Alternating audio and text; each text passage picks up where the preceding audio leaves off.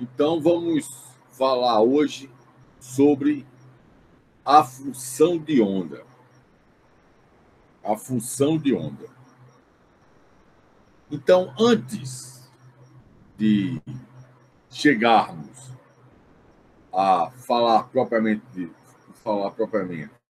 da função de onda, eu vou colocar um simples problema. Vamos imaginar um simples problema. O simples problema é o seguinte: imagine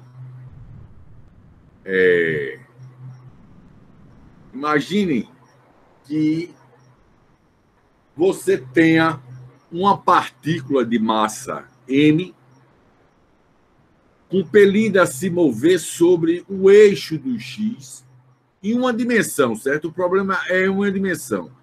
E essa partícula se move no eixo x e está sujeita a uma força que depende de x e do tempo.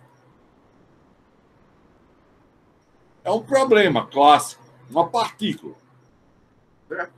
A pergunta é: qual é o objetivo da mecânica clássica e da mecânica quântica para analisar esse problema? Então, vamos considerar esse problema e vamos analisar esse problema da maneira clássica e da maneira quântica, usando a mecânica quântica. Então, veja bem, o que é que diz a mecânica clássica? A mecânica clássica diz que qual é o objetivo da mecânica clássica? O objetivo da mecânica clássica é simplesmente determinar a posição da partícula em função do tempo. É tudo isso que a gente quer quando está estudando mecânica clássica. Quando a gente vai estudar o movimento e levar em consideração, usando a teoria da mecânica clássica, que a gente quer simplesmente é achar a posição em função do tempo. Esse é nosso objetivo. O objetivo da mecânica clássica. Então, o que é que tem na mecânica clássica? Uma partícula em uma dimensão, se movendo no eixo do x. Aí você tem que encontrar a posição em função do tempo. Você encontra a posição em função do tempo. Você pode derivar. Aqui não é v, aqui é x. Certo? Eu escrevi errado. A derivada de x em relação ao tempo é v. Então, você encontra a velocidade da partícula. Você encontrando a velocidade da partícula, você encontra o momento. Encontrando o momento, você sai encontrando, por exemplo, a energia cinética da partícula. E assim por diante, né? Então, veja bem. Então, o nosso objetivo simplesmente é determinar x em função do tempo. Então, para isso, como determinar x em função do tempo? A gente faz simplesmente aplicar a segunda lei de Newton. A gente aplica força é igual à taxa de variação do momento. Então, aplica a segunda lei de Newton, né? Para achar, claro, uma equação diferencial, né? De segunda ordem. Então, o que a gente faz? Você tem, para sistemas conservativos, né? Vale salientar, para sistemas conservativos, a força é igual a derivada menos o gradiente da energia potencial em relação à coordenada, né, o gradiente. Aqui está em uma dimensão.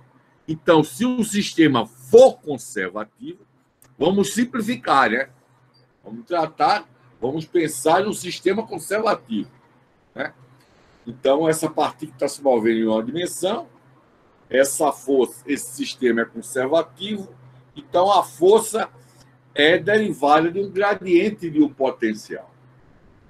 Então, você tem a segunda lei de Newton, massa vezes aceleração. A aceleração é derivada de segunda ordem em relação ao tempo. Então, você tem igual a du dx, você tem essa equação aqui. Essa equação é uma equação diferencial de segunda ordem. Então, para resolver esta equação diferencial de segunda ordem, você vai ter que ter condições iniciais. Você vai ter as condições iniciais. Você vai, por exemplo, tem que saber a posição da partícula no tempo t igual a zero. É igual a x0, por exemplo. E também saber a velocidade da partícula nesse mesmo tempo.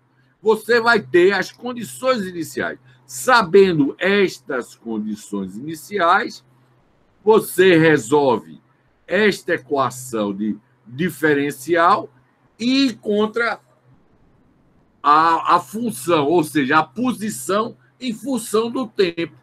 Então, em resumo, a mecânica clássica, né, se resume a resolver, podemos assim pensar, que a mecânica clássica resolver uma equação diferencial de segunda ordem para encontrar a posição. Claro que a mecânica clássica só é válida, né? Só é válida para velocidades muito menores do que a velocidade da luz, né? Isso aí é o limite da teoria clássica, né? Então, e agora? O que é que você pensa? O que é que acontece na mecânica quântica? A gente falou da mecânica clássica. Agora, na mecânica quântica, também a gente está supondo para velocidades muito menores do que a da luz, né? Qual é o objetivo da mecânica quântica? Uma partícula se movendo. O objetivo da mecânica quântica, de vez ser a posição da partícula em função do tempo, o objetivo da mecânica quântica é determinar a função da partícula. A função da partícula. Então, para determinar a função de onda da partícula, certo? Você tem que o quê? Você obtém pela equação de Schrödinger. Esta é a equação de Schrödinger, certo? E aqui você resolvendo essa equação de segunda ordem, né? Na posição e de primeira ordem no tempo, você tem que encontrar quem é meu psi, esse psi aqui, ó. Então, isso aqui, eu posso botar o psi em evidência, botei em evidência. Essa derivada segunda aqui, em relação à posição, e uma constante aqui na frente, eu posso chamar esse h cortado ao quadrado aqui, posso chamar de p ao quadrado. Esse 2m fica 2m. O u é um operador. O p é o operador momento. Isso aqui é igual à Hamiltoniana, atuando na função de onda.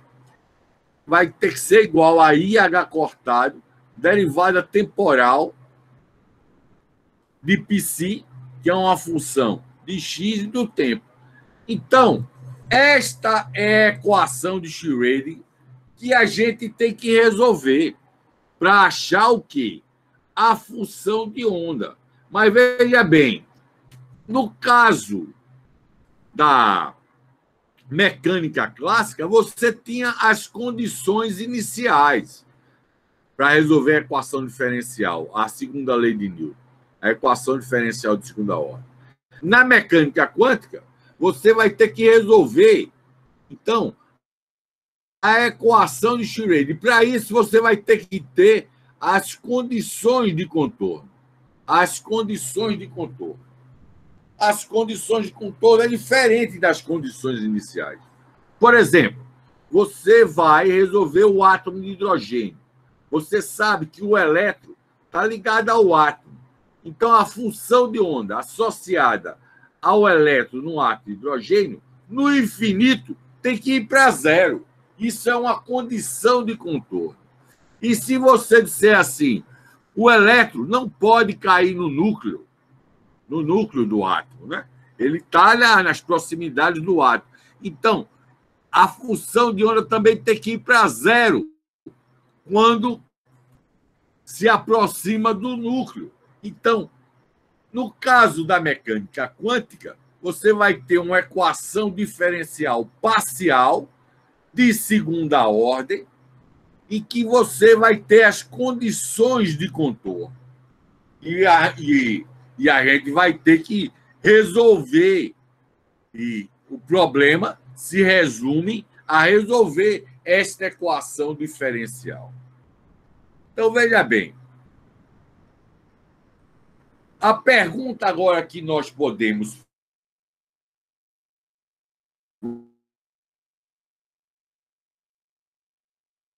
de Planck dividido por 2π. 2π.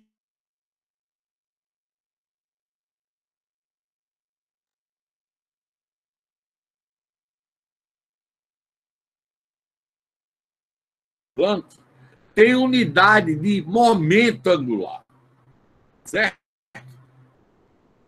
Então, veja bem. E esse I aqui é o número imaginário, né? Raiz de -1. Né? Então, a pergunta que nós podemos fazer agora é a seguinte.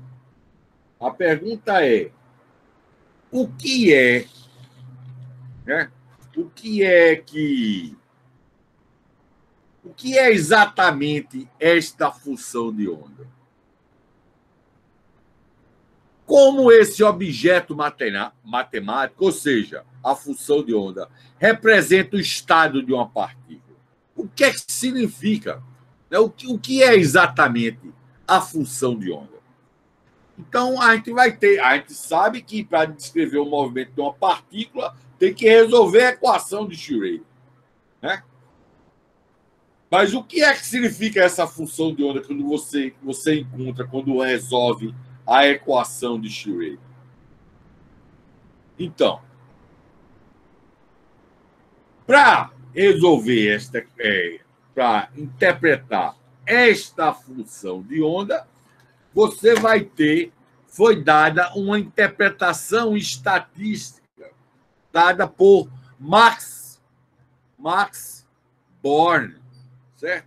Se você pegar o módulo ao quadrado da função de onda que você encontrou quando resolveu a equação de Schrödinger e elevar ao quadrado, esse módulo ao quadrado é igual o complexo conjugado da função de onda vezes a função de onda.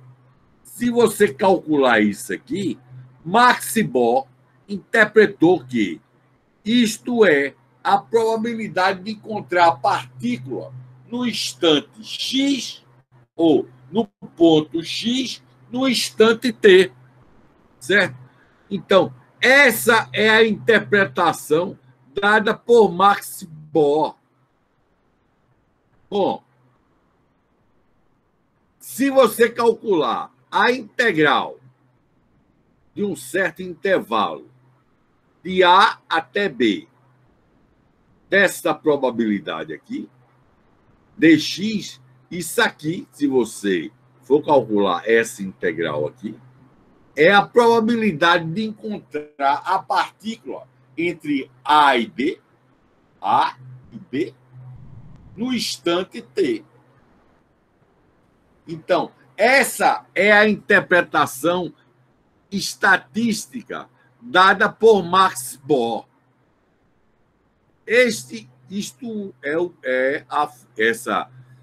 Essa função de onda vai ser o quadrado dela, essa integral aqui, vai nos dar a probabilidade de encontrar a partícula entre A e B no instante T. Certo? Veja bem. Agora, o que é essa integral? Essa integral é a área sobre o gráfico do módulo da função de onda ao quadrado. Certo? É a área abaixo do gráfico. Né? Veja bem que a gente está simplificando, a gente está considerando o movimento em uma dimensão. Então, esta área aqui que é a probabilidade de encontrar a partícula entre A e B no instante T. Então, se você tiver um gráfico, você pega essa função módulo de π ao quadrado e traça o gráfico. O gráfico, por exemplo, deu esse aqui. Então, aqui está A, aqui está A, aqui está B. Se eu quiser saber a probabilidade de encontrar a partícula nessa região aqui, eu calculo a integral, aí vai dar essa área aqui. Essa área vai me dar a probabilidade de encontrar a partícula entre A e B. Certo? Então, esta é o significado, né, da função de onda. Da função de onda. Esse significado foi essa interpretação estatística foi dada por Max Born. Então, pense nisso. A equação de Schrödinger desempenha um papel logicamente análogo à segunda lei de Newton. Tudo na mecânica quântica que você vai fazer, em geral, é resolver a equação de Schrödinger. De vez de você ter a segunda lei de Newton, na mecânica quântica você vai ter a equação de Schrödinger. E você, resolvendo a equação de Schrödinger, tudo que você tem que fazer é encontrar a função de onda. Então, em resumo, a gente vai ter o seguinte. Em resumo,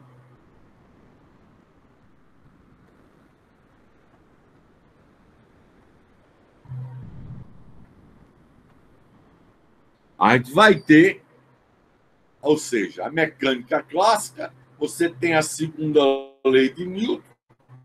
Na mecânica quântica, você vai ter a equação de Schrödinger.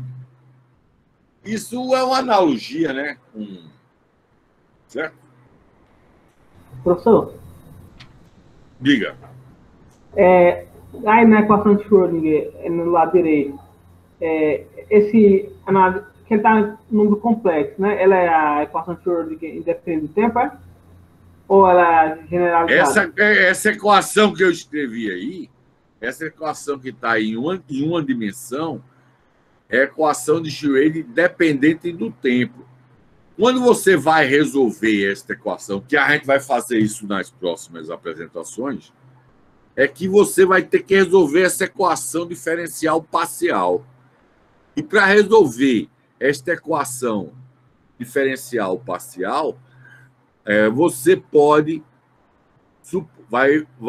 você vai resolver pelo método de separação de variáveis. Então, essa função psi de x de t vai ser um produto de uma função só de x vezes uma função só de t.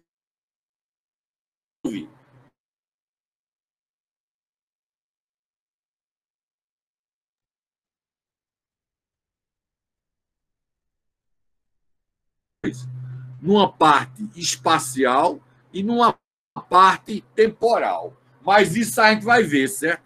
O que eu estou mostrando aqui é que essa analogia aí eu quero que fique bem clara, que na mecânica clássica você vai ter uma equação diferencial de segunda ordem, de segundo grau, né?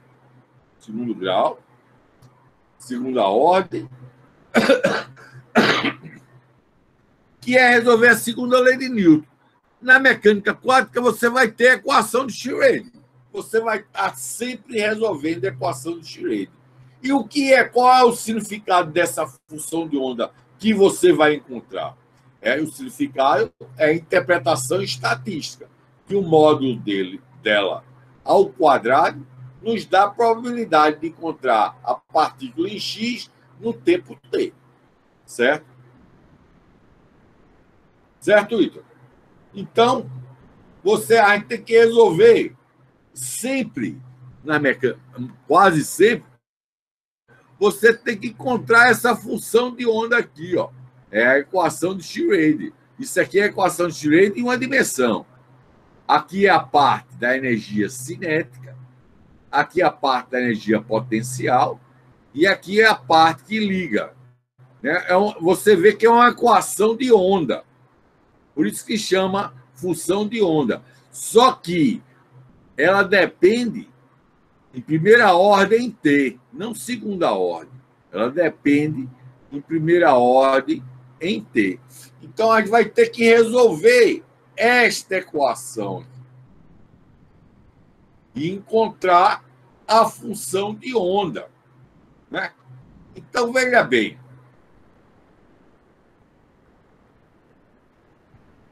Tudo o que a mecânica quântica tem a oferecer é uma informação estatística sobre os resultados possíveis, certo? Se você tem uma partícula, aí você vem aqui, veja bem, você vem para cá, para esse aqui. Você tem a partícula aqui. Se você fizer uma medida, se você vai para o experimento e fizer uma medida, o que é que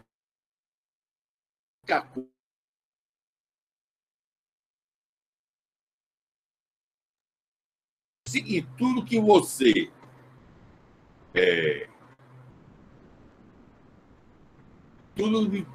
pode, a gente tem que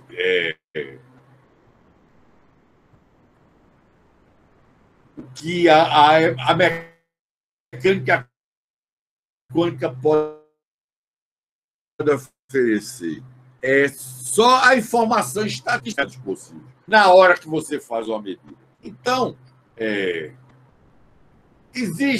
se é uma interpretação estatística, existe uma indeterminação, certo? Né? Existe uma indeterminação, porque existe uma interpretação estatística. Essa indeterminação, você não pode dizer onde a partícula está. Você tem uma interpretação estatística, uma probabilidade, né, de encontrar. Essa indeterminação é um fato da natureza ou é um defeito da teoria? Aí surge um problema, né?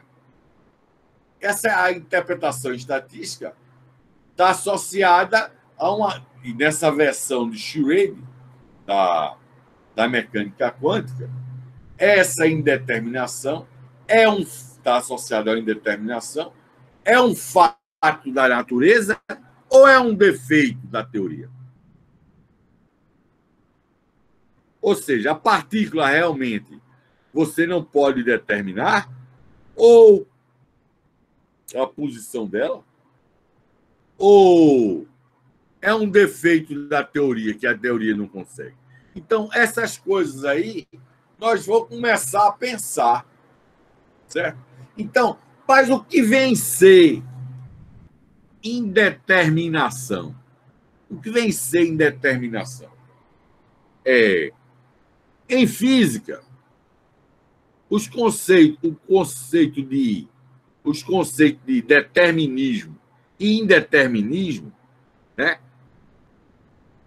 Claro que eu não vou falar de livre-arbítrio aí, de metafísica, não. Eu vou falar da física, certo? Determinismo e indeterminismo são simples, os conceitos são simples e claros. Um evento é indeterminista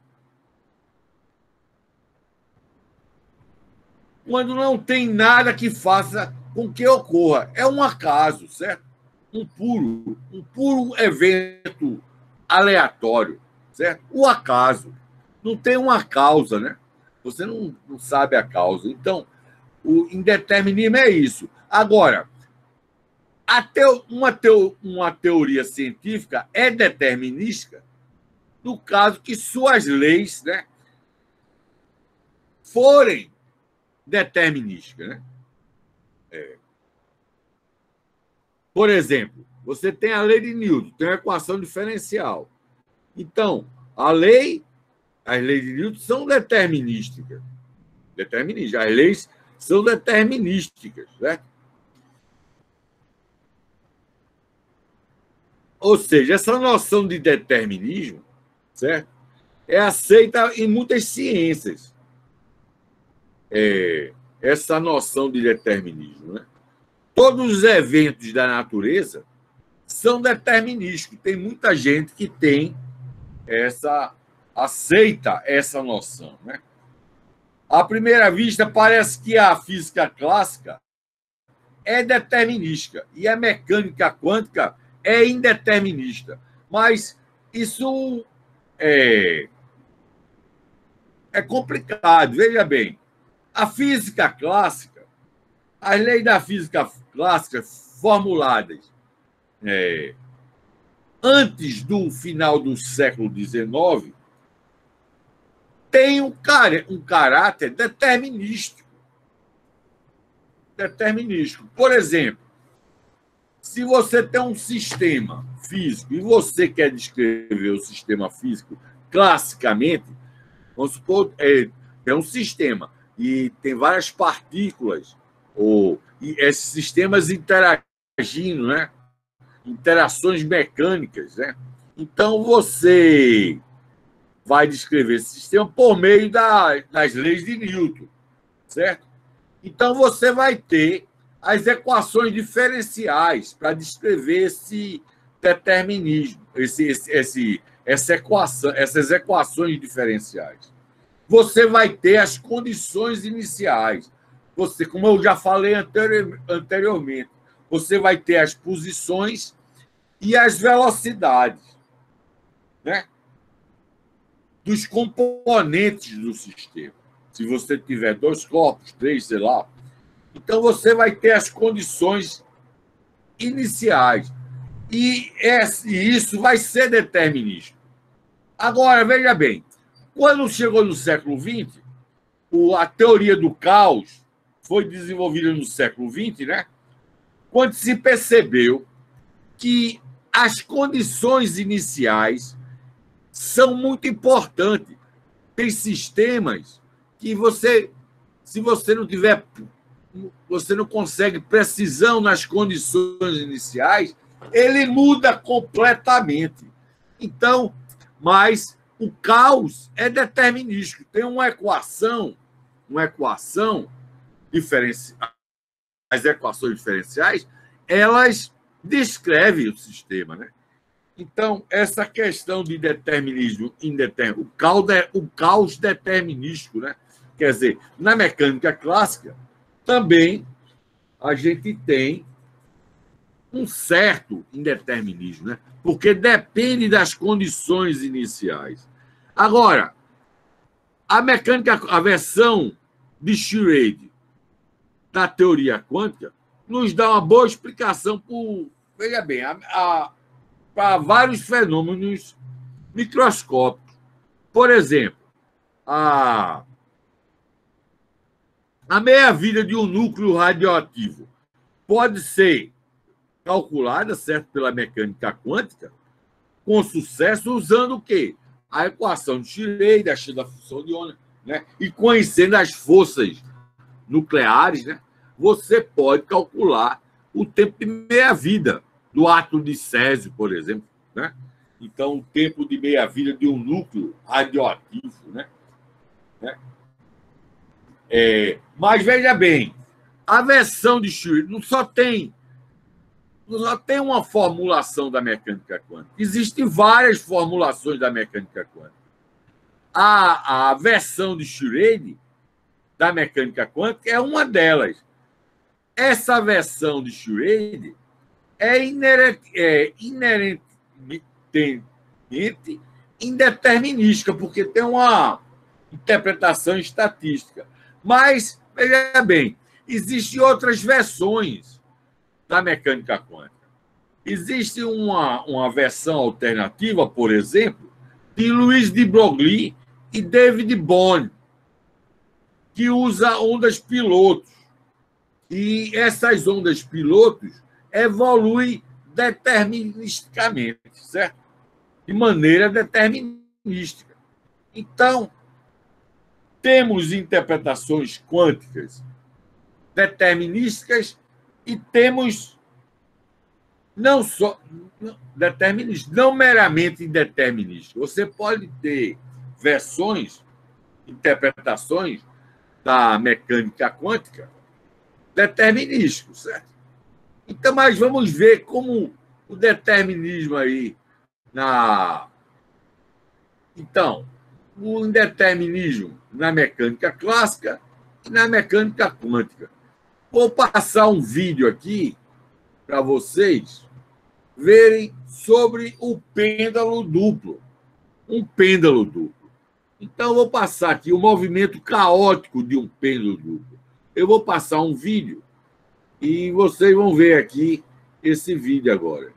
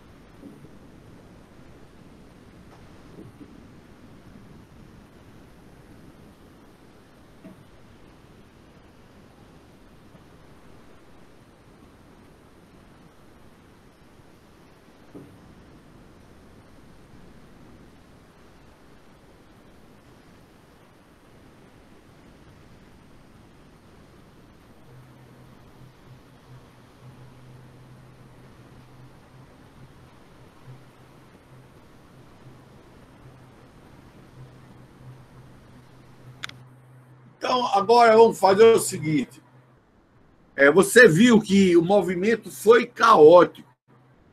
Ele vai depender das condições iniciais. Para ver como depende dessas condições iniciais, eu vou passar agora, de vez a gente ter um pêndulo duplo, a gente vai ter agora 2 pêndulos duplos.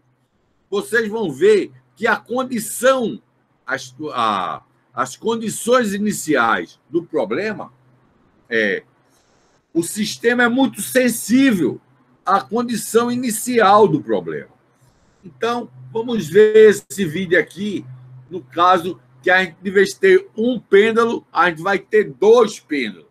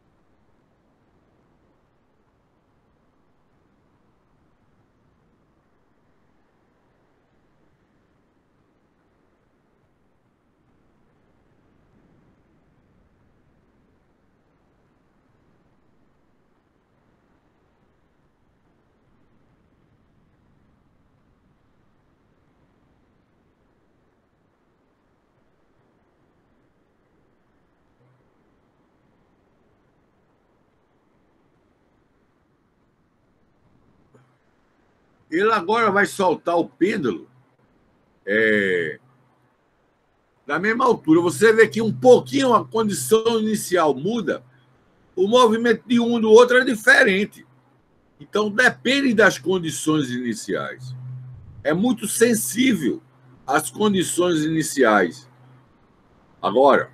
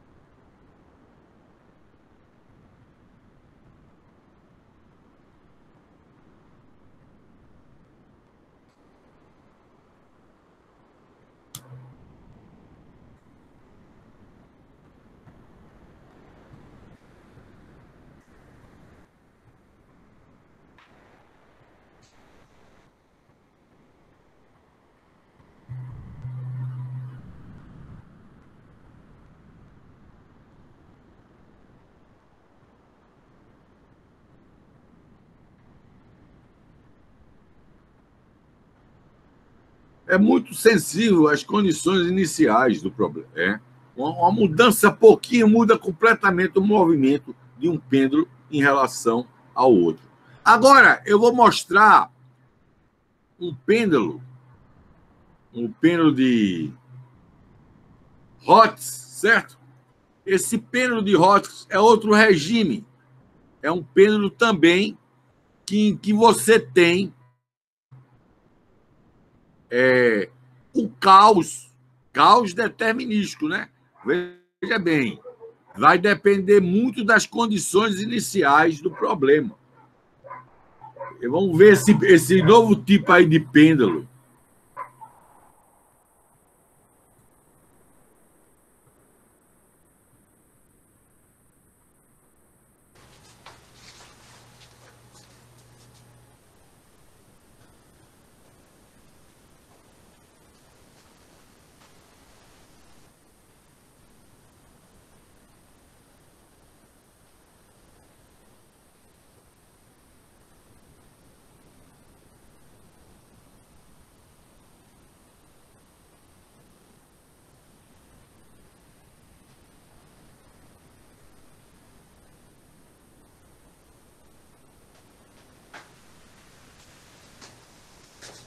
Agora vamos para o regime caótico.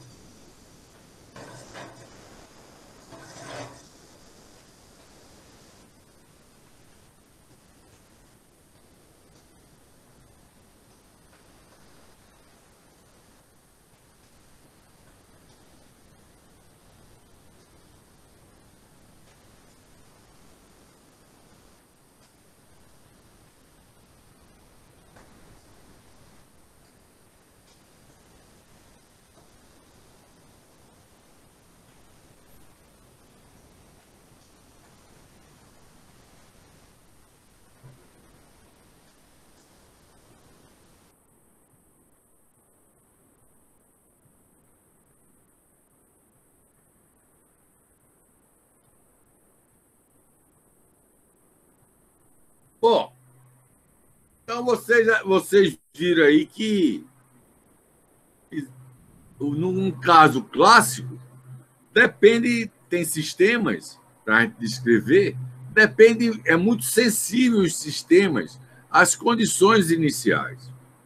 Agora, na mecânica quântica, se eu definir um problema para você,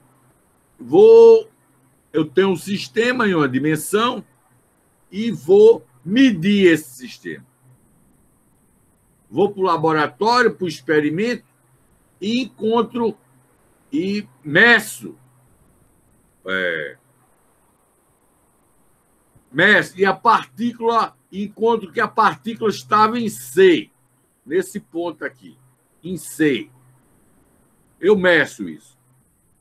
Agora eu faço a pergunta: onde estava a partícula antes de eu realizar a medida? A pergunta é essa. Eu tenho um sistema quântico, microscópico, uma partícula em uma dimensão, eu meço e pergunto. Aí dá em C. Aí eu pergunto agora: onde estava a partícula em C? Então eu posso fazer essa pergunta aqui, ó. Na medição, eu faço onde estava a partícula antes de nós realizarmos a medida. Então, veja bem. E a teoria que a gente tem é a mecânica quântica, né? Então, vai existir 3 respostas. Certo? Vai existir uma posição que eu vou chamar de realista, vai existir uma posição ortodoxa e vai existir uma posição agnóstica. A posição, vou falar agora de cada posição dessa. A posição realista foi de Einstein, né? Essa posição realista aqui é devido, eu posso incluir Einstein nela, né? A posição ortodoxa é de Niels Bohr, né? E o Niels Bohr defendeu. E vai ter uma posição agnóstica. Então, vamos lá. Onde é que estava a partícula antes de eu fazer a medida? A posição realista, ela vai dizer o seguinte: a partícula estava na posição C. Para o realismo, certo? Para o realismo, a indeterminação não é um fato da natureza, mas um reflexo da nossa ignorância, certo?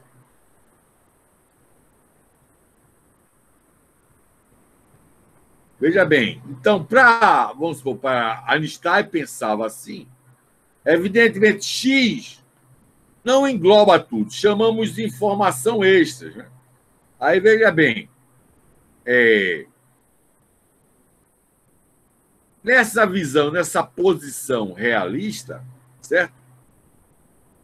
Se é verdade que ela está em C, então a mecânica quântica é uma teoria incompleta, pois a partícula realmente estava em C e ainda assim a mecânica quântica não consegue nos dizer isso, né? Ou seja, a mecânica quântica vai dizer simplesmente uma probabilidade. Então, para Einstein, a teoria, né, defendeu essa posição. A teoria quântica, ela era incompleta, porque ela não pode dizer, certo?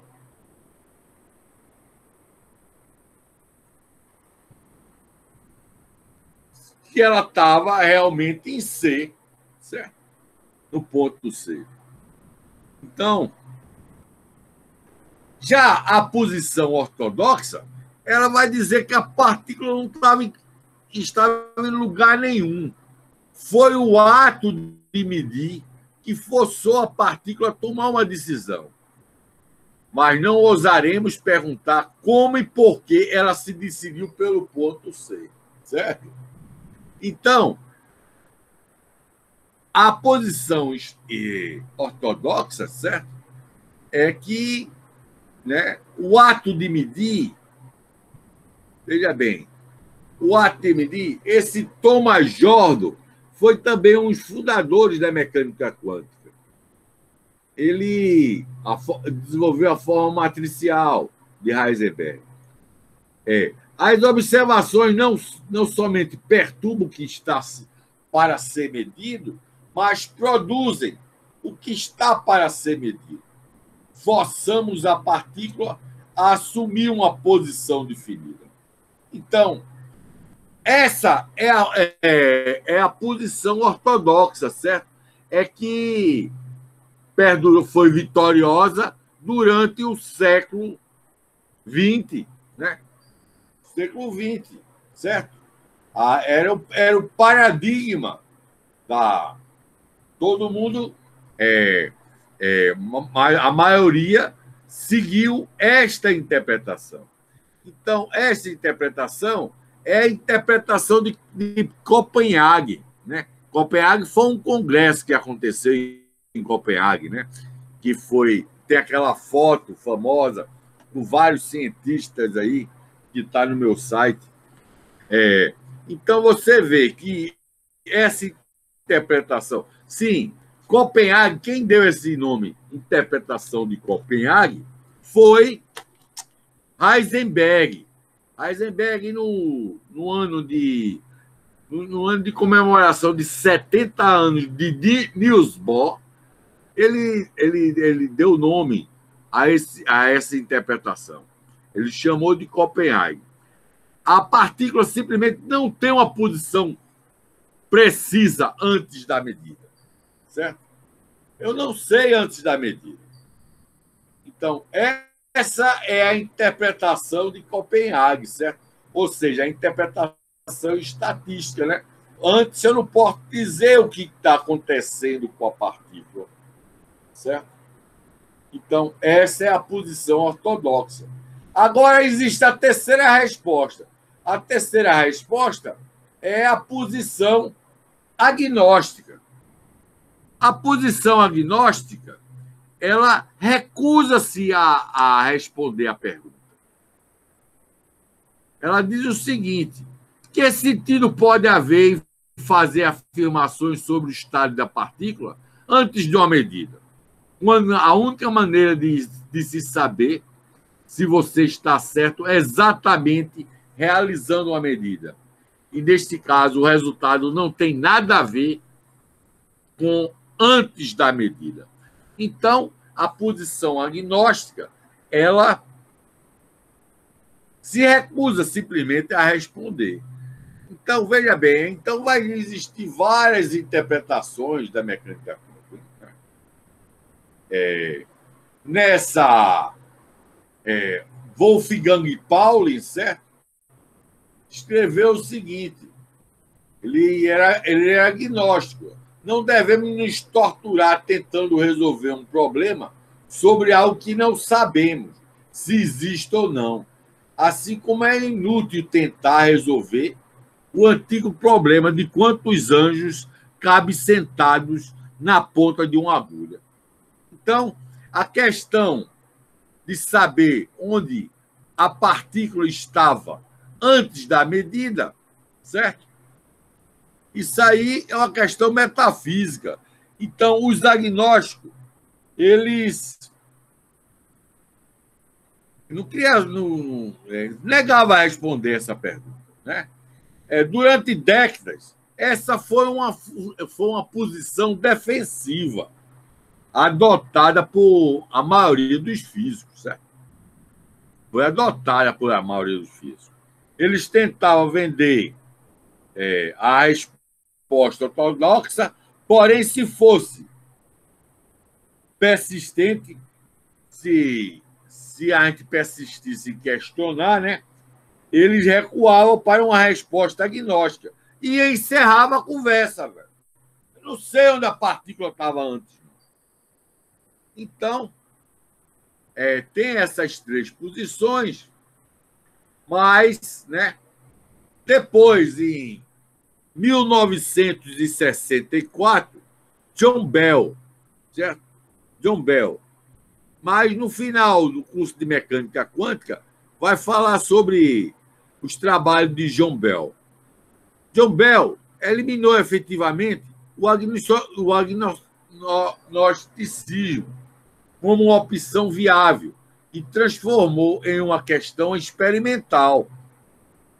A decisão sobre a posição realista ou a posição ortodoxa a ser a escolha correta.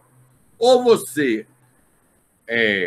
toma a posição que a teoria ela é incompleta, ou você toma a posição ortodoxa, em que você não pode afirmar nada antes da medida. Bom, mas veja bem, existem outras abordagens, outras abordagens da mecânica quântica, né? Existe a teoria de variáveis ocultas não locais, de David Bohm. Existem outras formulações, por exemplo, a interpretação de vários mundos, certo? Uma referência que eu posso indicar, que vocês podem ler, mas vai ser um pouquinho difícil entender, porque a gente está começando a falar de mecânica quântica agora, né? Mas uma das referências que eu posso dar é esse livrinho aí, essa coleção da SBPF, né? Teoria e Interpretações da Mecânica Quântica, do professor Nelson Pinto Neto, certo? Esse livrinho é barato aí. Vocês, para quem quiser começar a estudar as interpretações da mecânica quântica, é uma boa referência, certo? Agora, veja bem, né? Falta falar fazer uma observação aqui. Quando você faz esse experimento aqui,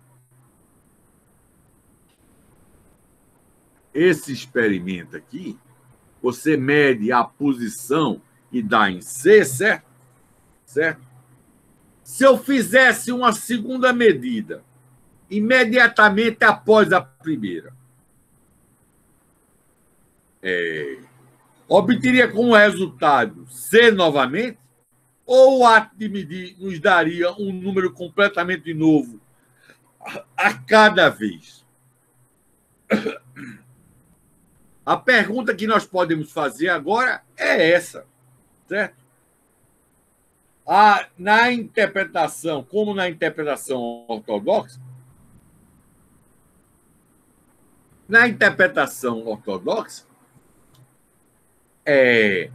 a segunda medida, certo? Está condicionada. Pergunta é: a segunda medida está condicionada ao valor C? Veja bem, quando você faz uma medida, existe um colapso na onda. Isso aqui, na hora que você faz a medida, vai aparecer um pico aqui, ó. Um pico. Então, mudou o sistema todo. Então, na interpretação, aqui vai aparecer um pico. Você fez a medida, vai aparecer um pico. Então, há o colapso da onda, certo? E aí a interpretação, então, você, quando faz a medida, interfere no sistema, né?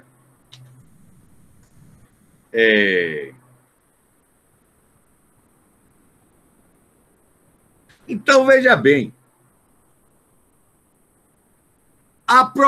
na mecânica quântica, há processos nos quais a função de onda evolui lentamente, regida pela equação de Schrödinger. São os processos comuns, mas eu vou chamar assim de comuns, né?